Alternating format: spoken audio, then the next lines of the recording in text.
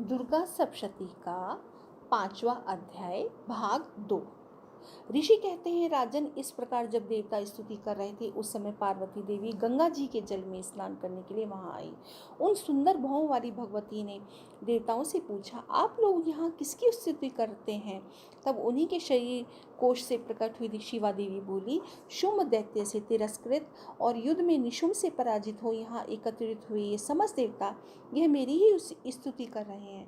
पार्वती जी के शरीर कोश से अंबिका का प्रादुर्भाव हुआ था, इसलिए वे समस्त लोकों में कौशिकी कही जाती हैं। कौशिकी के प्रकट होने के बाद पार्वती देवी का शरीर काले रंग का हो गया, अतः वे हिमालय पर रहने वाली कालिका देवी के नाम से विख्यात हुई। तदनंतर शुभ निशुम्भ के भरते चंड मुंड वहां आए और उन्होंने परम मनोहर रूप धारण करने वाली अंबिका देवी को देखा और फिर वे शुम्भ के पास जाकर बोले, महाराज, एक अत्यंत मनोहर स्त्री है जो अपनी दिव्य कांति से हिमालय को प्रकाशित कर रही है। वैसा उत्तम रूप हमने कहीं किसी ने भी नहीं देखा होगा। असुरेश्वर, पता लगाइए वह देवी कौन है और उसे ले लीजिए। स्त्रियों में तो वह रत्न है, उसका प्रत्येक अंग बहुत ही सुंदर है तथा वह अपने श्री अंगों की प्रभा से संपूर्ण दिशाओं में प्रकाश फैला रही है। दैत्यराज, अभी वह हिमालय पर ही मौजूद है, आप उसे देख सकते हैं। प्रभु, तीनों लोकों में मणि, हाथी और घोड़े आदि जितने भी रत्न हैं वे सब इस समय आपके घर में शोभा पाते हैं। हाथियों में रत्नभूत ऐरावती है, पारिजात का वृक्ष और यह उच्चैश्रवा घोड़ा, ये सब आपने इंद्र से ले लिया है। हंसों से जुता हुआ यह विमान भी आपके आंगन में शोभा पाता है। यह रत्नभूत अद्भुत विमान जो पहले ब्रह्मा जी के पास था अब आपके यहाँ लाया गया है।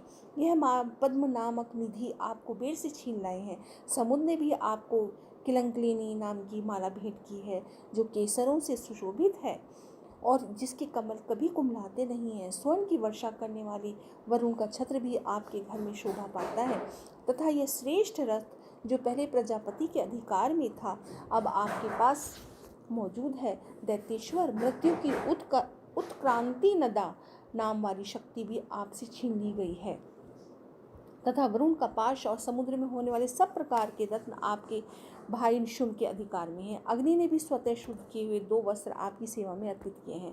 दैत्यराज, इस प्रकार सभी रत्न आपने एकत्रित कर लिए हैं। फिर जो यह स्त्रियों में रत्न रूप कल्याणमयी देवी है इसे आप क्यों नहीं अपने अधिकार में कर लेते? ऋषि कहते हैं, चंडमुंड का यह वचन सुनकर शुम्भ ने महादैत्य सुग्रीव को दूत बनाकर देवी के पास भेजा और कहा, तुम मेरी आज्ञा से उसके सामने ये बातें कहना और ऐसा उपाय करना जिससे प्रसन्न होकर वह शीघ्र ही यहाँ आ जाए। वह दूत पर्वत के अत्यंत रमणीय प्रदेश में जहाँ देवी मौजूद थी गया और मधुर वाणी में कोमल वचन बोला। दूत बोला, देवी, दैत्यराज शुम्भ इस समय तीनों लोकों के परमेश्वर हैं। मैं उन्हीं का भेजा हुआ दूत हूँ और यहाँ तुम्हारे ही पास आए हूँ। उनकी आज्ञा सदा सब देवता एक स्वर से मानते हैं, कोई उसका उल्लंघन नहीं कर सकता। वे संपूर्ण देवताओं को परास्त कर चुके हैं। उन्होंने तुम्हारे लिए जो संदेश दिया है उसे सुनो। संपूर्ण त्रिलोकी मेरे अधिकार में है, देवता भी मेरी आज्ञा के अधीन चलते हैं। संपूर्ण यज्ञों के भागों को मैं ही पृथक पृथक भोगता हूँ।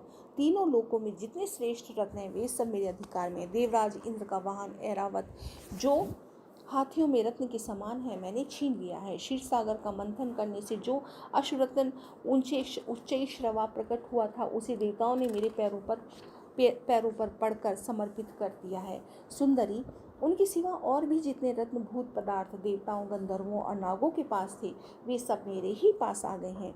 देवी, हम लोग तुम्हें संसार की स्त्रियों में रत्न मानते हैं, अतः तुम हमारे पास आ जाओ, क्योंकि रत्नों का उपभोग करने वाले हम ही हैं। चंचल कटाक्षों वाली सुंदरी, तुम मेरी या मेरे भाई महापराक्रमी निशुम्भ की सेवा में आ जाओ, क्योंकि तुम रत्न स्वरूपा हो। मेरा वरण करने से तुम्हें तुलना रहित महान ऐश्वर्य की प्राप्ति होगी। अपनी बुद्धि से विचार कर तुम मेरी पत्नी बन जाओ। ऋषि कहते हैं, दूत के यूं कहने पर कल्याणमयी भगवती दुर्गा देवी जो इस जगत को धारण करती हैं मन ही मन गंभीर भाव से मुस्काई और इस प्रकार बोली। देवी ने कहा, दूत, तुमने सत्य कहा है, इसमें तनिक भी मिथ्या नहीं है। शुम्भ तीनों लोकों का स्वामी है और निशुम्भ भी उसी के समान पराक्रमी है, किंतु इस विषय में मैंने जो प्रतिज्ञा कर ली है उसे मिथ्या कैसे करूं? मैंने अपनी अल्प बुद्धि के कारण पहले से जो प्रतिज्ञा कर रखी है उसे सुनो। जो मुझे संग्राम में जीत लेगा, जो मेरे अभिमान